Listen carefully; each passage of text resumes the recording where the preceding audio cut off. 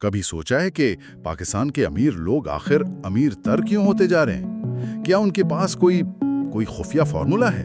ہاں، جیسے کوئی راز ہو جو صرف انہی کو پتا ہے۔ بالکل، ایک وائرل ویڈیو اسکرپٹ تو یہی دعویٰ کرتا ہے کہ ان کے پاس ایک 10 ارب ڈالر کا سونے کا راز ہے۔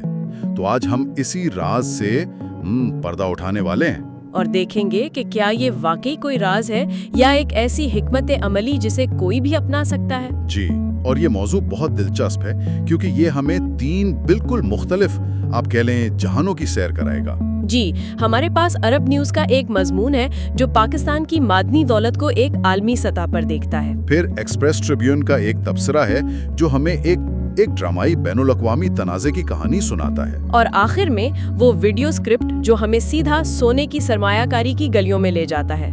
بالکل، تو آج ہماری کوشش یہی ہوگی کہ ہم ان بظاہر الگ الگ نظر آنے والی کہانیوں کو جوڑیں اور ہم سمجھیں گے کہ ملک کی زمین میں چھپے اربوں ڈالر اور ایک عام شہری کی اپنی جیب یہ آپس میں کیسے جڑے ہوئے ہیں۔ اور یہ گفتگو صرف سونے کی چمک دمک کے بارے میں نہیں ہے، یہ قومی معاشی حکمت عملی، بین الاقوامی سرمایہ کاری اور ذاتی مالی منصوبہ بندی کے تانوں بانوں کو آپس میں جوڑتی ہے۔ چلیں تو پھر بڑی تصویر سے شروع کرتے ہیں۔ عرب نیوز کا مضمون ایک ایسا ہنسا پیش کرتا ہے جس پر یقین کرنا مشکل ہے۔ 6 ٹریلین ڈالر۔ جی، 6 ٹریلین ڈالر۔ پاکستان میں اتنی مالیت کے معدنی ذخائر موجود ہیں، یہ اتنا پیسہ ہے کہ سمجھ نہیں آتا اس کے آخر میں کتنے صفر لگتے ہیں۔ یہ واقعی ایک ذہن گھما دینے والا عدد ہے، اور یہی وہ ہنسا ہے جو کسی بھی ملک کی پوری معاشی تقدیر بدل سکتا ہے۔ یہ آپ کو قرض مانگنے والے ملک سے ایک وسائل سے مالا مال ملک بنا سکتا ہے۔ بالکل، لیکن یہاں ایک بہت اہم نقطہ ہے، یہ صرف ایک اندازہ ہے زمین کے نیچے پڑی ہوئی دولت کا۔ اچھا، اگر پاکستان میں 6 ٹریلین ڈالر کے وسائل ہیں تو پھر ہم ہمیشہ معاشی بحران کی بات کیوں کرتے رہتے ہیں؟ یہ پیسہ کہاں ہے؟ آپ نے بالکل صحیح سوال پوچھا ہے، یہی تو اصل چیلنج ہے۔ زمین کے نیچے دولت کا ہونا ایک بات ہے اور اسے نکال کر قابل استعمال بنانا بالکل دوسری۔ جی، اس کے لیے ٹیکنالوجی، بہت بڑی سرمایہ کاری اور سب سے بڑھ کر عالمی سرمایہ کاروں کا اعتماد چاہیے، اور عرب نیوز کا مضمون اسی سمت میں ایک اہم پیش رفت کی طرف اشارہ کرتا ہے، اسلام آباد میں ہونے والی معدنی کانفرنس۔ جی ہاں، اس کانفرنس کا نعرہ بھی بڑا دلچسپ تھا، دھول سے ترقی تک، فرام ڈسٹ ٹو ڈیولپمنٹ۔ اور یہ صرف کوئلہ یا نمک نہیں ہے۔ نہیں، وہ بتا رہے تھے کہ شمالی علاقوں میں قیمتی پتھر اور لیتھیم ہے جو مستقبل کی بیٹریوں کے لیے ضروری ہے، سندھ میں کوئلہ اور گیس، اور بلوچستان میں تو سونے، چاندی اور تانبے کے پہاڑ ہیں۔ اور اس کانفرنس میں شریک ہونے والے لوگ اس سے بھی زیادہ اہم تھے۔ پاکستانی حکومت اور فوجی قیادت کے ساتھ سعودی عرب اور متحدہ عرب امارات جیسے خلیجی ممالک کے سرمایہ کار بیٹھے تھے، اور کینیڈا کی بیرک گولڈ کارپوریشن بھی، جو دنیا کی سب سے بڑی سونے کی کان کنی کرنے والی کمپنیوں میں سے ایک ہے۔ بالکل، یہ ایک پیغام تھا دنیا کو کہ اب سوچ بدل رہی ہے۔ پاکستان اب یہ کہہ رہا ہے کہ ہمارے پاس اپنی دولت موجود ہے، آئیے مل کر اسے استعمال کرتے ہیں۔ تو ہمارے پاس یہ 6 ٹریلین ڈالر کا ایک ناقابل یقین ہندسہ ہے، لیکن یہ ابھی تک صرف زمین کے نیچے ہے۔ اسے حقیقت بنانے کے لیے ایک ٹھوس منصوبے کی ضرورت ہے، اور یہیں پر ریکو ڈک کی کہانی ہماری گفتگو میں شامل ہوتی ہے، جو کسی تھرلر فلم سے کم نہیں ہے۔ واقعی ایکسپریس ٹریبیون کا مضمون اس کی پوری تاریخ بتاتا ہے۔ کہانی شروع ہوتی ہے 1993 میں، جب بیرک گولڈ نے بلوچستان کے اس علاقے میں کانکنی کے لیے ایک معاہدہ کیا۔ ٹھیک ہے، لیکن کئی سالوں بعد 2011 میں پاکستان کی سپریم کورٹ نے اس معاہدے کو کچھ قانونی بے ضابطگیوں کی بنا پر کالعدم قرار دے دیا۔ اچھا، تو اس وقت تو یہ ایک بڑی کامیابی سمجھی گئی ہوگی، ہے نا؟ بالکل، عوامی سطح پر اسے ایک خود مختار فیصلے کے طور پر دیکھا گیا، لیکن اس فیصلے کے نتائج وہ بہت سنگین نکلے۔ وہ کیسے؟ بیرک گولڈ اس معاملے کو سیدھا سرمایہ کاری کے تنازعات کے حل کے بین الاقوامی مرکز یعنی ICSID میں لے گئی، ایک طرح کی عالمی تجارتی عدالت۔ جی، اور وہاں انہوں نے پاکستان پر اتنا بڑا جرمانہ عائد کروا دیا کہ ملک کے ہوش اڑ گئے۔ ICSID نے فیصلہ دیا کہ پاکستان کمپنی کو 11.5